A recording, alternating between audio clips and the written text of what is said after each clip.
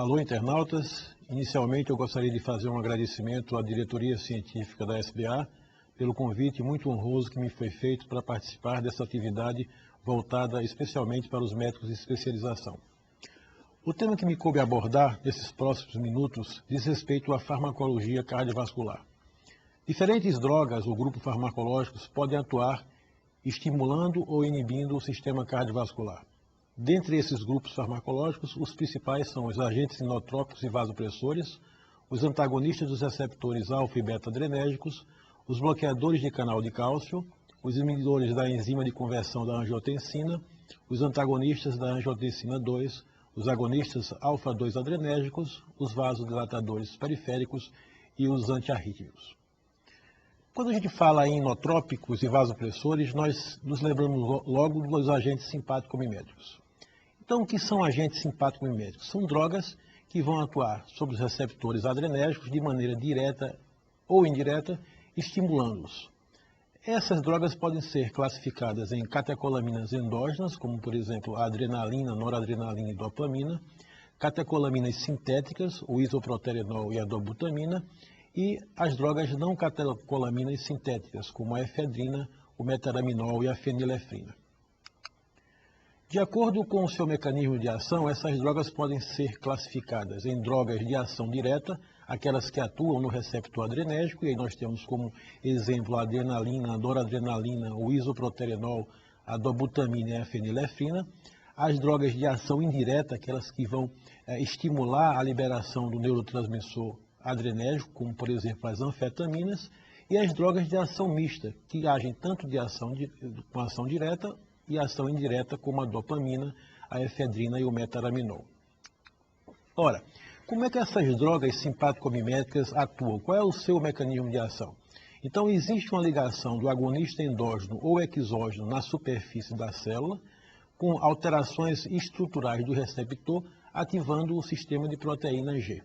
Ocorre a ativação ou inibição de uma proteína efetora, que pode ser, por exemplo, a adenilciclase ou a fosfolipase C, ou o fechamento ou abertura de um canal iônico na membrana celular. Qual é o mecanismo de ação das drogas que estimulam o receptor beta-1 adrenérgico? Ocorre uma estimulação da adenilciclase com o aumento do AMP cíclico, estimulação de proteínas quinases, aumento do influxo de cálcio com o aumento do cálcio citoplasmático. Ocorre, portanto, um aumento da disponibilidade de cálcio com um aumento na interação actina-miosina e um aumento da contratilidade cardíaca. A estimulação do receptor beta-2 promove um estímulo da proteína G com aumento da adenilciclase, aumento do AMP cíclico, aumento da proteinase A, com fosforilação de proteínas contráteis, principalmente a sinase de cadeia leve da miosina. Com isso, ocorre uma diminuição da afinidade pelo complexo cálcio-calmodulina e relaxamento do músculo liso vascular. A estimulação do receptor alfa-1 leva à ativação da proteína G da fosfolipase C, com produção de trifosfato de inositol e diacilglicerol. O trifosfato de inositol promove liberação de cálcio do retículo sarcoplasmático para o citosol, com ativação da calmodulina, fosforização da cadeia leve da miosina e aumento da interação actina-miosina, promovendo vasoconstricção.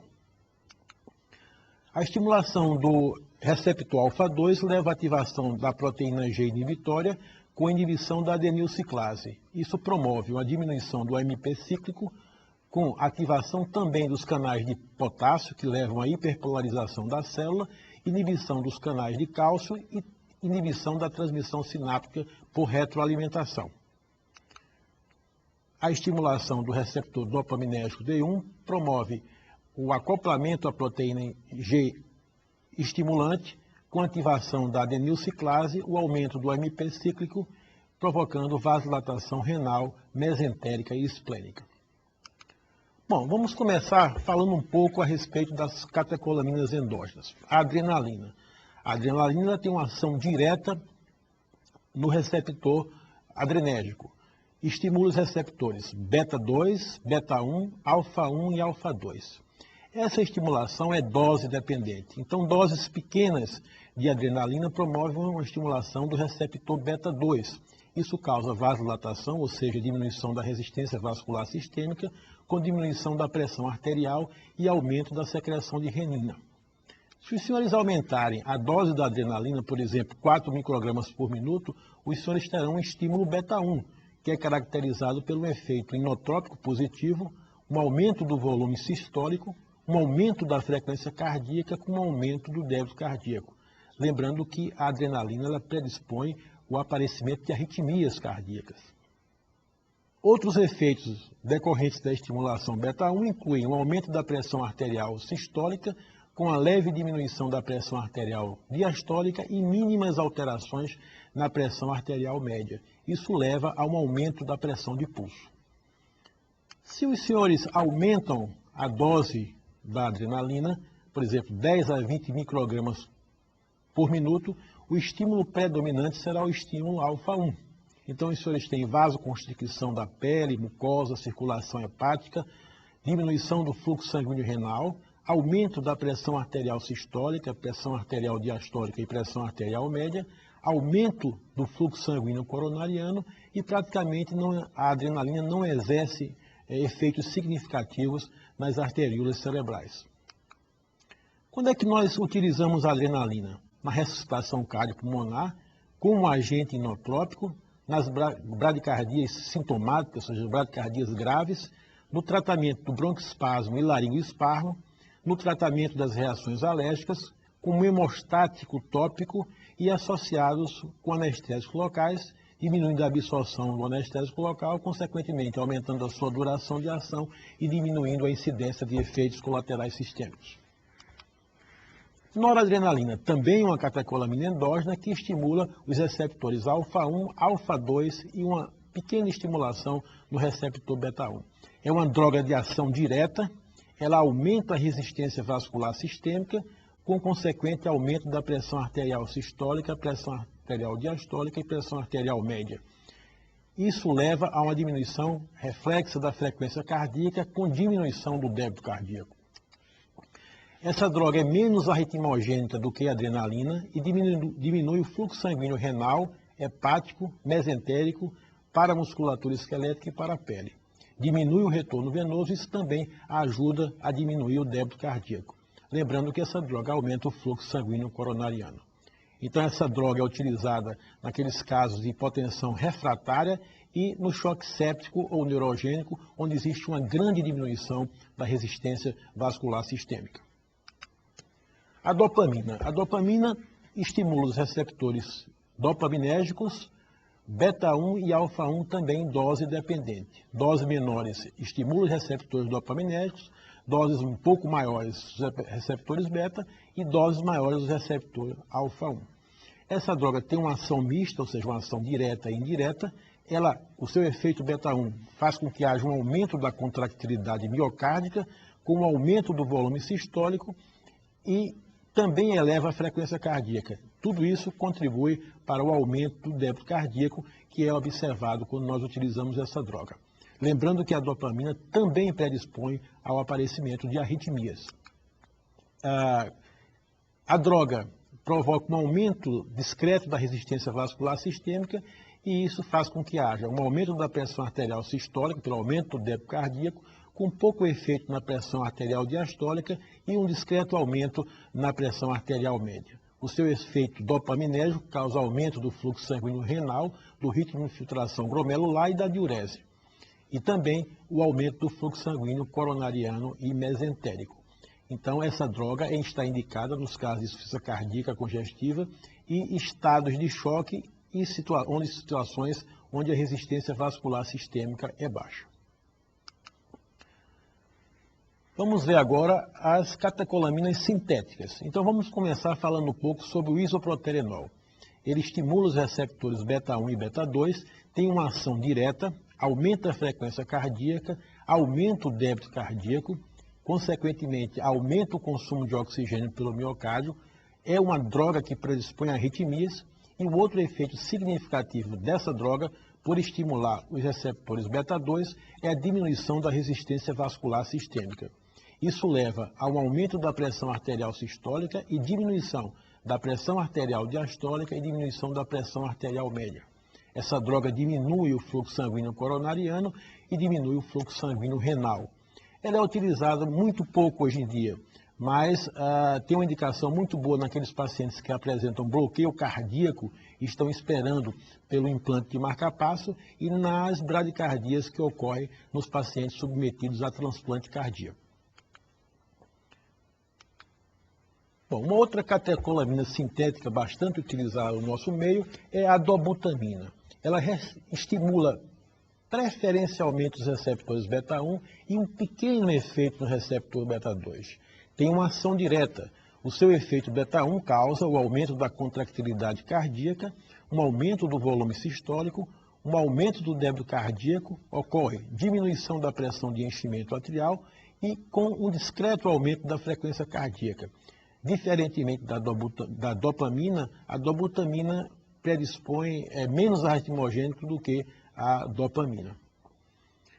Não apresenta efeito significativo na pressão arterial, pode inclusive diminuir um pouco a pressão arterial, tem um efeito vasodilatador coronariano e diminui levemente a resistência vascular sistêmica e pulmonar, além de aumentar o fluxo sanguíneo renal e mesentérico pelo aumento do débito cardíaco. Essa droga é utilizada nos casos de insuficiência cardíaca congestiva, no infarto agudo do miocárdio com baixo débito, na descompensação cardíaca pós-circulação extracorpórea e também é utilizado na realização do teste de estresse farmacológico. Bom, uma outra não catecolamina sintética muito utilizada é a efedrina. A efedrina ela estimula os receptores beta-1, beta-2 e alfa-1. Tem uma ação mista, aumenta a contractilidade miocárdica, aumenta o volume sistólico, aumenta a frequência cardíaca e aumenta o débito cardíaco. É uma droga arritmogênica que aumenta levemente a resistência vascular sistêmica pelo seu efeito alfa-1, diminui o fluxo sanguíneo renal e esplênico e aumenta o fluxo sanguíneo coronariano e da musculatura esquelética. Então, a ação no coração é predominantemente pela estimulação beta-1, a efedrina causa aumento da pressão arterial sistólica, causa aumento da pressão arterial diastólica e aumenta a pressão arterial média. Não altera o fluxo sanguíneo uterino, tanto que essa droga é uma droga de muito boa indicação para tratamento da hipotensão arterial, por exemplo, durante uma raquianestesia para uma operação cesariana. E um efeito frequente da efedrina, quando utilizada em doses de repetição, é a presença de taquifilaxia. Quando é que nós utilizamos a efedrina?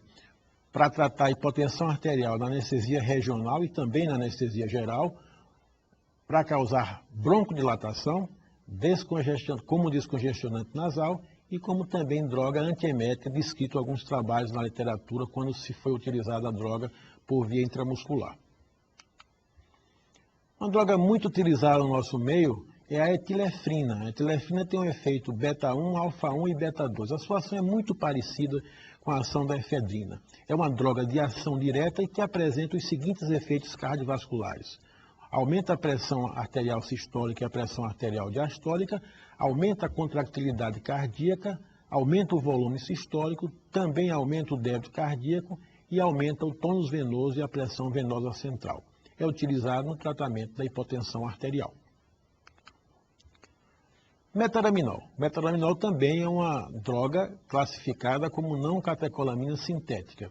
Estimula principalmente os receptores alfa-1, mas pode também estimular os receptores beta-1 e beta-2. Tem uma ação mista, aumenta marcantemente a resistência vascular sistêmica com aumento da pressão arterial sistólica, pressão arterial diastólica e pressão arterial média. Reflexamente diminui a frequência cardíaca, diminui o débito cardíaco, aumenta o tônus venoso com diminuição do retorno venoso. É uma droga que é arritmogênica, diminui o fluxo sanguíneo renal e aumenta a resistência vascular pulmonar. Então, é uma droga que tem que ser utilizada com cautela em pacientes que apresentam hipertensão pulmonar. É utilizada na profilaxia e tratamento da hipotensão arterial. Uma outra não catecolamina sintética também muito utilizada no nosso meio é a fenilefrina. A fenilefrina estimula principalmente os receptores alfa-1, mas pode também estimular o receptor alfa-2 e beta-1. Tem uma ação direta, aumenta a resistência vascular sistêmica, aumenta a pressão arterial sistólica e diastólica, aumenta a pressão arterial média, reflexamente diminui a frequência cardíaca. Aumenta o tônus venoso, consequentemente diminui o retorno venoso e diminui o débito cardíaco. Não é uma droga muito arritmogênica. Diminui o fluxo sanguíneo renal, esplênico e cutâneo. Aumenta o fluxo sanguíneo coronariano e aumenta a resistência vascular pulmonar. É utilizada no tratamento da hipotensão arterial, como descongestionante nasal e como midriátrico. Bom, vamos estudar uma droga que tem um uso recente aqui no Brasil, que é a vasopressina. Então, nós sabemos que existem dois tipos de receptores para a vasopressina. O receptor V1, que está presente na musculatura lisa dos vasos, nos hepatócitos, nas plaquetas e nos rins, e o receptor V2, que se localiza no ducto coletor renal. Ora, o efeito vasopressor da vasopressina é a sua atuação no receptor V1. E o efeito antidiurético da droga é por uma ação principal no ducto coletor renal, mas também por uma ação em V1. Então, repetindo, o efeito vasopressor, atuação da vasopressina no receptor V1. E o efeito antidiurético, uma ação no receptor V2 principalmente, mas também no receptor V1. Então veja que essa droga, a vasopressina, ela aumenta a pressão arterial devido à vasoconstricção de todos os leitos vasculares, especialmente os capilares, pequenas arteríolas e vênulas, com menor efeito na musculatura lisa dos grandes vasos. Ora, esse aumento da pressão arterial é muito importante e muito intenso. Essa droga, a vasopressina, diminui a frequência e o débito cardíaco, causa vasoconstricção das artérias coronárias e esplênicas. A ação antidiurética da droga é decorrente do aumento da reabsorção de água nos tubos renais, a ação sobre o receptor V2. A ação antidiurética no receptor V1 é devido à diminuição do fluxo sanguíneo renal, diminuição da filtração glomerular, consequentemente diminuição da diurese. Quais são as indicações da vasopressina sintética? Como substituta da adrenalina na ressuscitação cardiopulmonar, naqueles casos de choque séptico, na vasoplegia pós-circulação extracorpórea, no diabetes insípidos, se bem que a desmopressina é mais utilizada, mas doses muito baixas de vasopressina podem exercer um efeito importante naqueles pacientes que têm diabetes insípidos, na hemorragia digestiva alta e hipertensão portal, no ilho pós-operatório e distensão abdominal. As contraindicações das drogas, esta droga, são nos pacientes coronariopatas, nos pacientes portadores de insuficiência cardíaca, doença vascular periférica, insuficiência renal crônica, nefrite crônica, epilepsia, enxaqueca, asma e gravidez.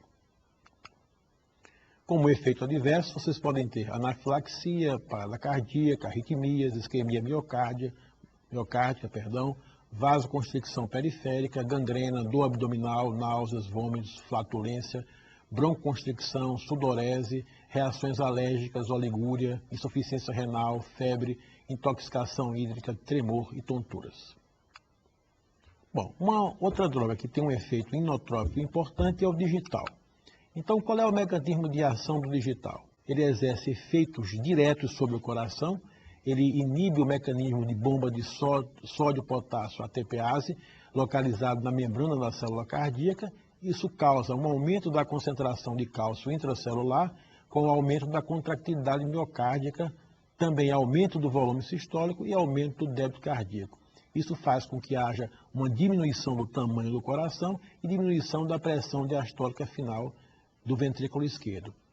Essas ações sobre o coração fazem com que haja uma melhora da função renal do paciente portador de insuficiência cardíaca. Além de exercer o seu efeito direto sobre o coração, o digital promove alterações na atividade do sistema nervoso autônomo.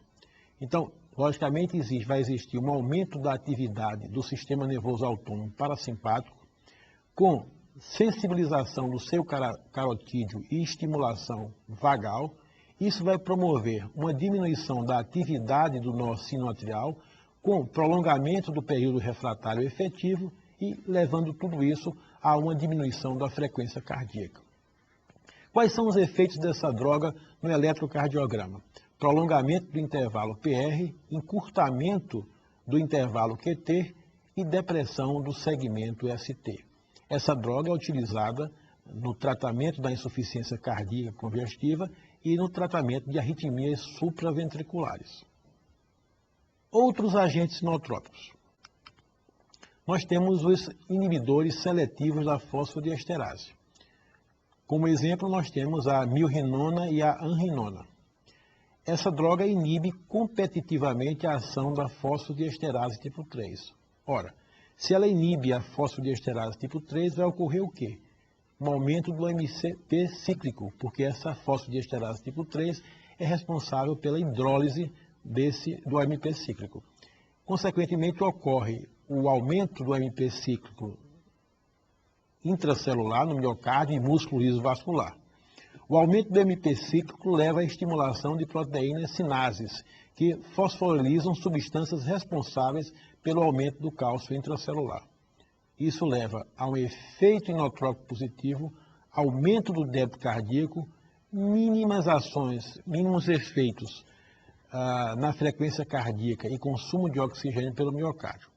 Além do seu efeito inotrópico positivo, essa droga promove uma ação vasodilatadora periférica e pulmonar. Essa ação vasodilatadora periférica e pulmonar leva a uma diminuição da pressão arterial, com diminuição da pré-carga e diminuição da pós-carga.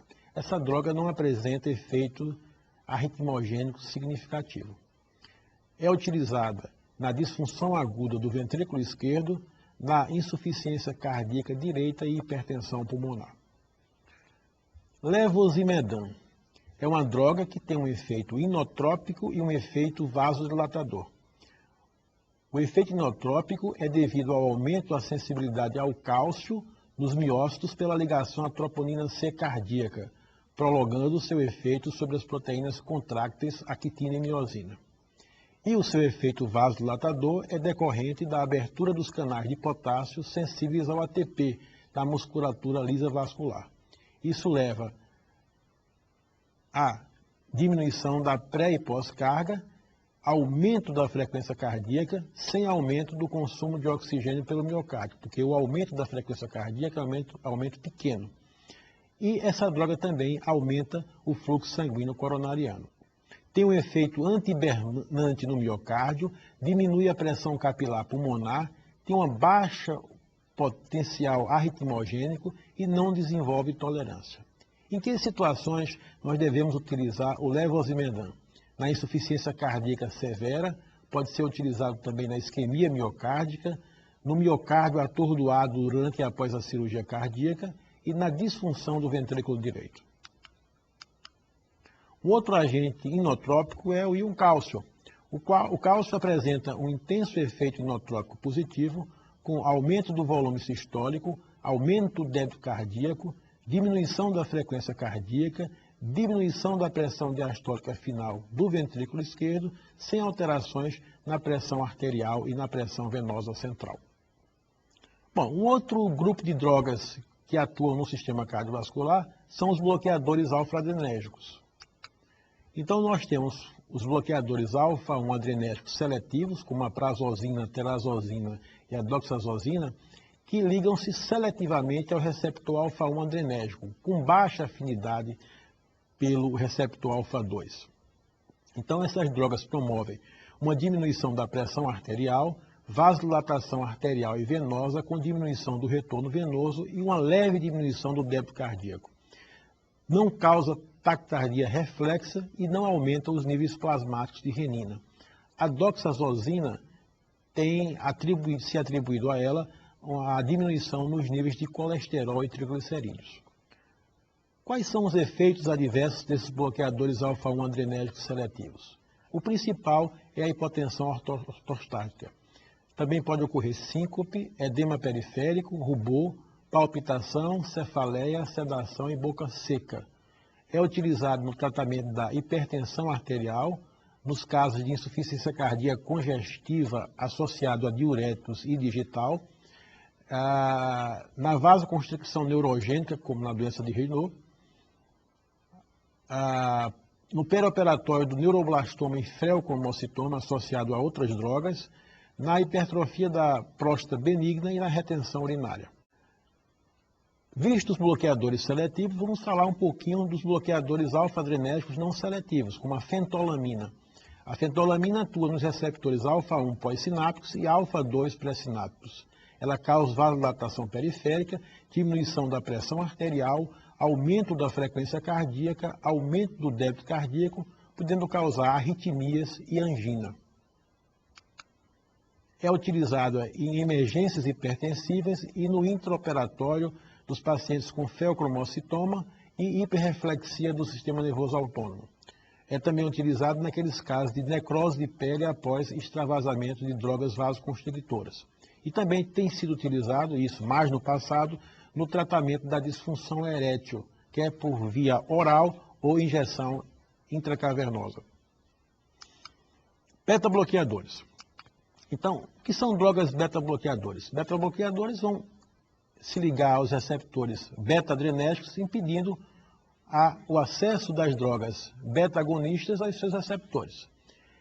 Essas drogas podem ser classificadas em não seletivas quando agem tanto no receptor beta-1 como no receptor beta-2, e aí vocês têm o exemplo propanolol, nadolol, timolol, pindolol, sotalol e carvedilol, seletivas, ou seja, beta-bloqueadores seletivos, agem no receptor beta-1, principalmente, porque se você aumentar a dose, eles passam a ser não seletivos. Então vocês têm metoprolol, atenolol, esmolol, acebutolol, bisoprolol, dexolol. Aqueles que têm atividade simpático-mimética intrínseca, o que é isso? Essas drogas também são chamadas agonistas parciais, ou seja, a sua ação sobre a frequência cardíaca e sobre o débito cardíaco é menor. Então nós temos o pindolol, o acebutolol, o labetolol, oxprenolol e pembutolol. E aquelas drogas que têm atividade estabilizadora de membrana, seria uma atividade anestésica local. Então nós temos o propanolol, o pindolol, metoprolol, acebutolol, bectasolol e carvedilol. Então nós podemos classificar os beta-bloqueadores desta maneira. Bom, entre os beta-bloqueadores, aquele que tem maior ligação proteica é o propanolol. E o que tem menor ligação proteica é o sotalol e o atenolol. Essas drogas são eliminadas por via hepática, renal e algumas delas por via hepática e também renal. Apenas o esmolol tem eliminação por hidrólise plasmática. A maioria dos beta-bloqueadores não tem metabólitos ativos. Então a exceção é o propanolol, o acebutalol e o carvedilol. Essas três drogas têm metabólitos ativos. Os outros não apresentam metabólitos ativos. Com relação à meia-via de eliminação, quem tem a maior meia-via de eliminação é o nadolol. E quem tem a menor meia-via de eliminação é o esmolol. Quais são os efeitos cardiovasculares dos beta-bloqueadores? Diminuição da contratilidade miocárdica, diminuição da frequência cardíaca, diminuição do débito cardíaco, diminuição do consumo de oxigênio pelo miocárdio, retarda o tempo de condução atrioventricular, tem uma ação antiarrítmica, diminui a pressão arterial e, agudamente, ela pode aumentar a resistência vascular sistêmica. Esse efeito desaparece com o uso crônico. Aumenta o tempo de perfusão diastólica, aumentando o fluxo sanguíneo coronariano, aumenta o fluxo sanguíneo coronariano colateral, causa redistribuição do fluxo sanguíneo para áreas isquêmicas, diminui a frequência de ruptura de placas ateroscleróticas, provoca uma menor atividade da renina plasmática e diminui os níveis plasmáticos de angiotensina e aldosterona. Como efeito adverso, você pode ter insuficiência cardíaca congestiva, principalmente nos pacientes com disfunção de VE pré-existente, bradicardia grave em pacientes com disfunção do nó sinusal ou bloqueio atrioventricular, pode causar vasoconstricção periférica, nós vimos isso agudamente, diminuição da ativação simpática decorrente da hipoglicemia, broncoespasmo, depressão, psicose, fadiga e disfunção sexual.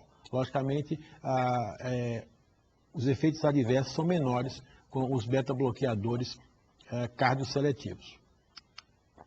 É utilizado como droga antihipertensiva, na insuficiência coronariana, na insuficiência cardíaca congestiva, como antiarrítmico, no controle da frequência cardíaca perioperatória, prolapso de válvula mitral, tetralogia de Fallot, aneurisma de aorta, pacientes com síndrome do intervalo QT prolongado, cardiomiopatia avançada, feocromocitoma associado aos alfa-bloqueadores, glaucoma, delírio tremens, ansiedade, tireotoxicose, enxaqueca e tremores. Bloqueadores de canal de cálcio. Os bloqueadores de canal de cálcio ligam-se a receptores específicos nos canais de cálcio voltagem sensíveis tipo L, também conhecidos como canais de cálcio lentos, das células da musculatura lisa vascular e do miocárdio, resultando na manutenção desses canais inativos. O influxo de cálcio é reduzido, portanto, menor quantidade do cálcio estará disponível para estimular a liberação de cálcio do retículo sarcoplasmático e posterior acoplamento à troponina. Essas drogas se classificam em fenilalquilaminas, como verapamil, benzodiazepinas, como diltiazem, deidropiridinas, aí vocês têm diferentes drogas, alodipina, felodipina, nifedipina, nimodipina, diarilaminopropylamina, com bepredil, e a difenilpiperazina flunarizina, que é uma droga que não tem ação no sistema cardiovascular. Efeitos cardiovasculares. Os bloqueadores do canal de cálcio, deidropiridinas, eles não têm ação sobre o nódulo atrioventricular, o nódulo sinoatrial e a contractilidade cardíaca. Eles não têm ação sobre a frequência cardíaca ou aumentam levemente. Aquele bloqueador do canal de cálcio que mais aumenta a frequência cardíaca entre os deidropiridinas é a nifedipina. E essas drogas diminuem marcantemente a resistência vascular sistêmica. Entre esse grupo de bloqueadores de canal de cálcio, a nitrendipina é a que mais diminui a resistência vascular sistêmica. Ora, o verapamil, ele tem uma ação depressora sobre o nódulo atrioventricular, tem uma ação depressora sobre o nódulo sinoatrial, ele deprime a contractilidade miocárdica, ele diminui a frequência cardíaca, causa uma leve diminuição do débito cardíaco e também diminui a resistência vascular sistêmica. O diltiazem, ele diminui a excitabilidade do nódulo atrioventricular, também diminui a excitabilidade do nódulo sinoatrial, diminui a contractilidade cardíaca, diminui a frequência cardíaca, diminui o débito cardíaco e diminui a resistência vascular sistêmica. Veja que o diltiazem tem uma ação muito parecida com o verapamil, só que essa ação é menos intensa sobre os diferentes parâmetros. O bepridil diminui a excitabilidade do nódulo AV, também do nódulo sinoatrial, diminui a contractilidade miocárdica, diminui a frequência cardíaca, não tem uma ação significativa sobre o débito cardíaco e diminui a resistência vascular sistêmica. Quais são os outros efeitos cardiovasculares dos bloqueadores de canal de cálcio? Diminuição do consumo de oxigênio pelo miocárdio, vasodilatação coronariana, aumento do fluxo sanguíneo coronariano, vasodilatação cerebral, principalmente a nimodipina, ação antiaterogênica, isso aí está documentado com relação à isradipina e à lacidipina, uma atividade natriurética, a isradipina e a manidipina, e propriedades nefroprotetoras, por exemplo, obtidas com a manidipina.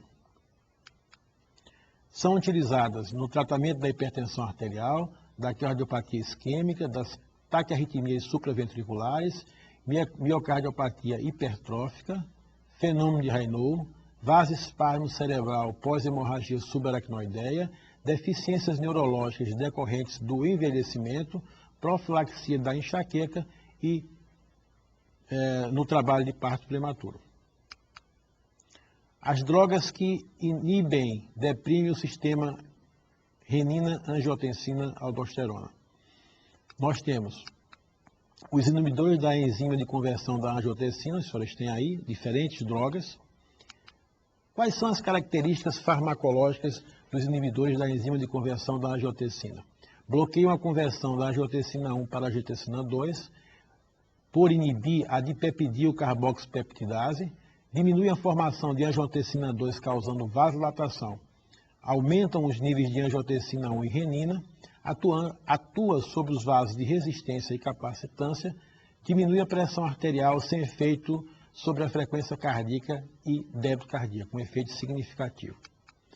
Diminui os níveis de aldosterona, aumenta os níveis plasmáticos de bradicinina, isso pode aumentar o efeito hipotensor dessas drogas, diminui a retenção de sódio e água, mantém a autorregulação do fluxo sanguíneo cerebral e coronariano, aumenta o potássio sérico e não causa hipotensão ortostática.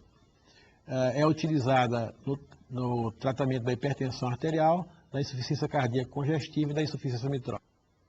Os antagonistas dos receptores da angiotensina, são essas drogas que as pessoas estão vendo aí no vídeo.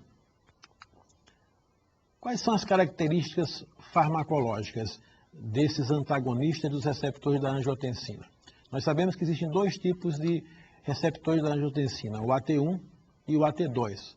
O AT1 está localizado na camada média dos vasos e no endotélio. E o AT2 parece ser um receptor embrionário, ele não está presente em todos os órgãos do indivíduo adulto. Esse receptor da angiotensina está relacionado à proteína G e está distribuído nos rins, fígado, sistema nervoso central, trato gastrointestinal, sistema urinário, córtex adrenal e pulmões. A angiotensina 2 é o hormônio vasoativo do sistema renina-angiotensina. Quais são as características farmacológicas? Essas drogas, os antagonistas da angiotensina, causam vasodilatação e inibição da secreção de aldosterona por inibir a ligação da angiotensina 2 com o receptor AT1 na musculatura lisa vascular. Isso diminui a pressão arterial sistólica e diastólica, diminui a pré e pós-carga, não altera a frequência cardíaca e o débito cardíaco, aumenta os níveis plasmáticos de renina e angiotensina 2, com pequeno efeito nos níveis de potássio, não alterando a concentração de bradicinina, como ocorre com os inibidores da ECA. É utilizado basicamente no tratamento da hipertensão arterial. Os agonistas alfa-2 adrenérgicos, aí nós temos o exemplo a conidina, que diminui o fluxo simpático a nível do sistema nervoso central e diminui a liberação de noradrenalina. Produz sedação, diminuição da ansiedade e analgesia, diminui a frequência cardíaca, o débito cardíaco, a resistência vascular periférica, a pressão arterial sistólica mais do que a pressão arterial diastólica, diminui a atividade da renina plasmática e diminui a incidência de isquemia miocárdica perioperatória.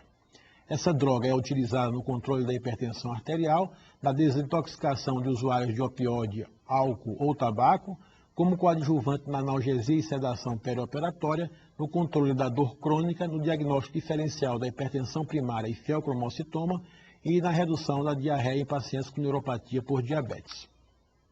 Também é utilizado no tratamento da dismenorreia, rubor pós-menopausa, profilaxia da enxaqueca, tratamento dos tremores pré e pós-operatórios e na atenuação dos efeitos hemodinâmicos da cetamina. Uma outra droga muito utilizada no nosso meio são os vasodilatadores periféricos. Então nós temos aí o nitroprusiato de sódio, que libera óxido nítrico, ativando a guanilato ciclase no músculo liso vascular, com aumento da concentração do GMP cíclico intracelular. Isso causa inibição da entrada de cálcio no músculo liso vascular, podendo aumentar a recaptação de cálcio pelo retículo sarcoplasmático. Isso tudo leva à vasodilatação. É um vasodilatador de ação direta não seletiva, age principalmente nos vasos de resistência, mas também age nos vasos de capacitância, tem início de ação imediata e grande potência vasodilatadora. Diminui a pressão arterial, diminui a resistência vascular sistêmica, diminui o retorno venoso, a pressão arterial direita, causa taquicardia reflexa, aumenta indiretamente a contractilidade miocárdica e aumenta o débito cardíaco, causando aumento da liberação de renina e diminuição do fluxo sanguíneo renal. Outros efeitos do nitroprusiato de sódio incluem a possibilidade de roubo coronariano por desvio do fluxo sanguíneo de áreas isquêmicas para áreas não isquêmicas, A diminuição da pressão arterial diastólica pode causar isquemia miocárdica por diminuição da pressão de perfusão coronariana. Essa droga causa vasodilatação pulmonar, inibe a vasoconstricção pulmonar hipóxica e inibe a agregação plaquetária. É utilizado nas emergências hipertensivas para promover hipotensão arterial. É utilizado em algumas doenças cardíacas, como, por exemplo, a insuficiência mitral e a insuficiência cardíaca congestiva, devido à diminuição da resistência vascular sistêmica. Isso melhora o quadro dessas patologias, e no controle da hipertensão arterial na cirurgia cardíaca e vascular. Os nitratos, representados pela nitroglicerina, libera óxido nítrico, o qual atua como mediador, levando à vasodilatação periférica. Atua principalmente nos vasos de capacitância, mas com o aumento da dose também pode atuar nos vasos de resistência. Diminui o retorno venoso, diminui a pressão venosa central, diminui o débito cardíaco, diminui a pressão diastólica final do VE e do VD. O aumento da dose, como já falamos, pode causar relaxamento da musculatura lisa vascular arterial. Essa droga diminui a pressão arterial sistólica e a pressão arterial diastólica. Normalmente não ocorre alteração na frequência cardíaca, ou se aumenta lentamente, causa relaxamento da musculatura vascular pulmonar, diminuição da pressão da artéria pulmonar e capilar pulmonar, dilatação das artérias coronárias epicárdicas. As artérias pequenas dilatam proporcionalmente mais do que as grandes artérias, aumento de diâmetro dos vasos da circulação colateral coronariana com aumento do fluxo colateral e melhora o fluxo sanguíneo subendocárdico. É utilizado na angina, na insuficiência cardíaca congestiva, no tratamento da hipertensão arterial aguda e, menos frequentemente, para promover a hipotensão controlada.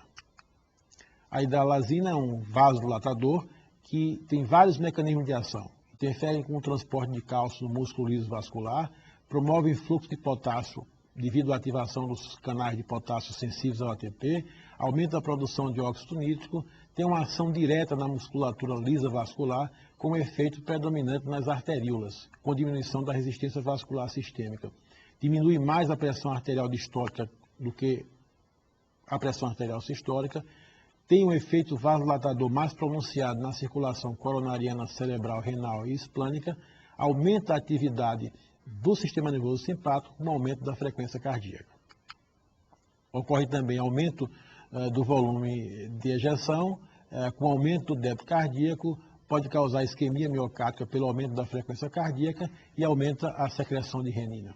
Os efeitos adversos mais frequentes são palpitação, cefaleia, rubor, congestão nasal, síndrome semelhante ao lúpus, quando você utiliza altas doses de hidralazina, e edema periférico. É utilizado no tratamento da hipertensão sistêmica crônica e na crise hipertensiva. O óxido nítrico é um nitrovasodilatador endógeno.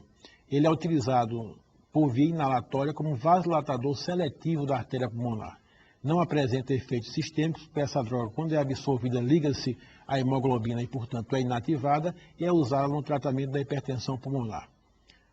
Toxicidade da droga, ela pode produzir o dióxido de nitrogênio, que pode causar lesão pulmonar, e raramente metohemoglobinemia, além de alteração da agregação e adesão plaquetária.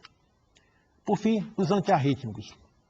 Os antiarrítmicos são divididos em 4 grupos. O grupo 1, que são os bloqueadores dos canais de sódio.